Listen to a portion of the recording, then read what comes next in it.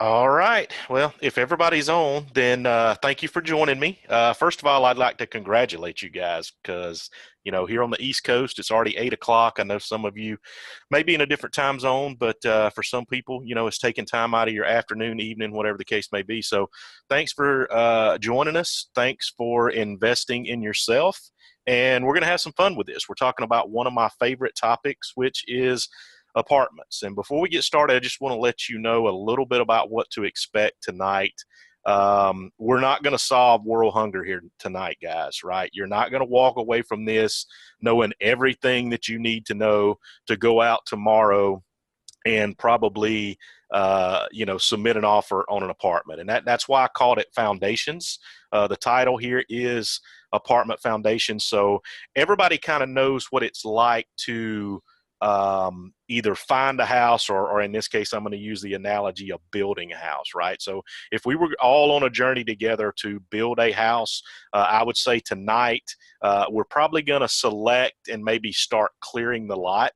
And then, with the next session, as we keep moving forward, we'll start actually pouring the footer and building that foundation.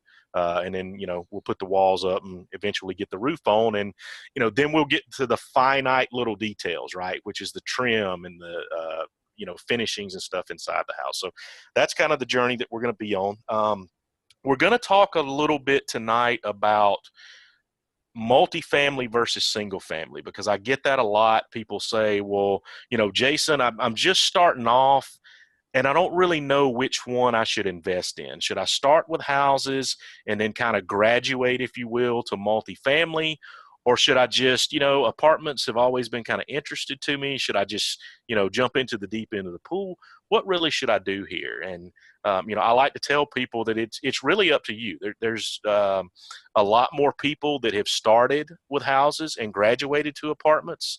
But there's also a handful of people I know that said, I don't think single families for me, and I'm going to go straight to apartments. Or maybe early in their career they were, um, you know, um, presented with an apartment offer, and so maybe that was the first deal they came across. So whatever the case may be, after tonight, you at least know some of the differences, and then we'll talk a little bit about what we're going to do in the next session that we have here in a couple of weeks. So let's jump right in and get started. So the first thing that we need to do is we need to talk about how are we going to define single family versus multifamily. And if you ask 5 different people this question, you might get 5 different answers. But what we're going to do here tonight is we're going to kind of categorize it kind of like the lending institutions and the banks categorize it. Generally, anything that's 4 units or less is going to be treated pretty similarly. And then anything that's 5 units or more is going to be considered multifamily or commercial. So that's kind of, let's set those ground rules right now, and we'll kind of know as we begin to move forward, what the case may be. Whitney is running the comments in the chat here.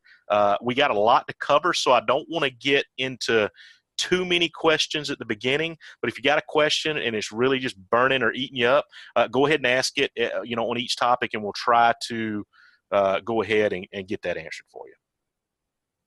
So if we continue to move along here, the first thing we're going to talk about, again, which one should you invest in? Well, there's really no defined answer to that question. It really depends on what your goals are. And some of the things that you need to know as you begin to ask yourself that question are, what is my exit strategy for properties? What kind of capital do I personally have, or do I have access to? What location do I want to be in? A lot of people say, well, I want to go straight into apartments. Well, that's good, but if you want to participate in your hometown, maybe you're like me. Maybe from you're an extremely small town that had one apartment complex in the whole town. That was it, one apartment complex. So as you can imagine, that was kind of a honey hole for that owner, and not sure that he would have parted with that, based on terms that would have been acceptable to me. So education of the process. is another thing that we're going to talk about today. How does multifamily and single family different, and then understanding each of those differences. And so once we go through this, just kind of keep these things in mind in terms of how each of these topics might affect your outlook on each of these categories. So before we talk about how multifamily and single family are different, let's talk a little bit about how they are alike. Both can be purchased as investment properties. I don't think that's a shocker. I think most everybody on here knows that. They both can have similar exit strategies applied to them. And when I say exit strategies, I like to boil exit strategies down into really two categories.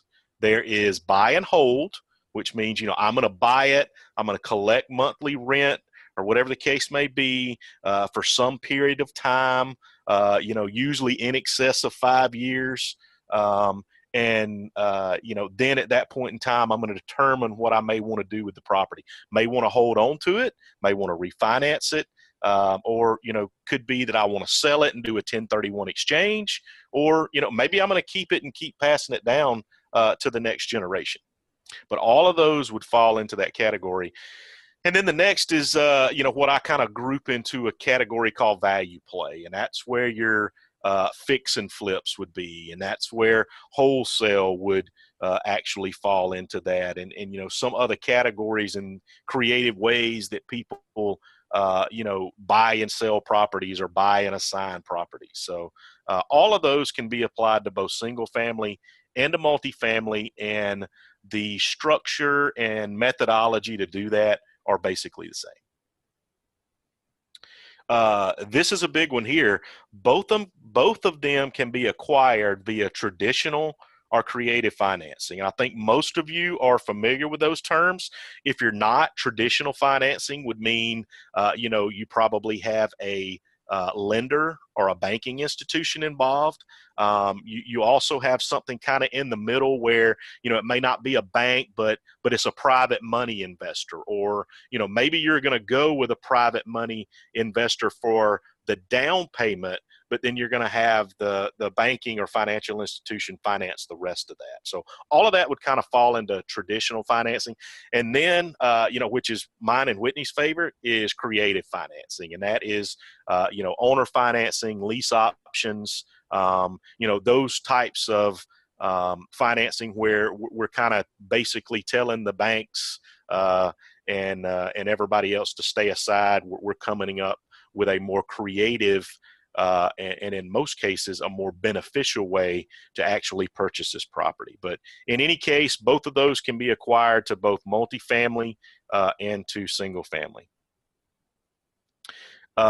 You can also, when it comes to property management, you can choose to do that in-house, or you can outsource it. I will say that for most people, if they have a small number of units, or they have units that have only a couple of people in them, they choose to do that themselves. Obviously, if you acquired a 250 unit apartment building, you probably would not want that as your full-time job. You would probably outsource that to a property management company, and with larger complexes, you're actually going to have property management people and resources there on site.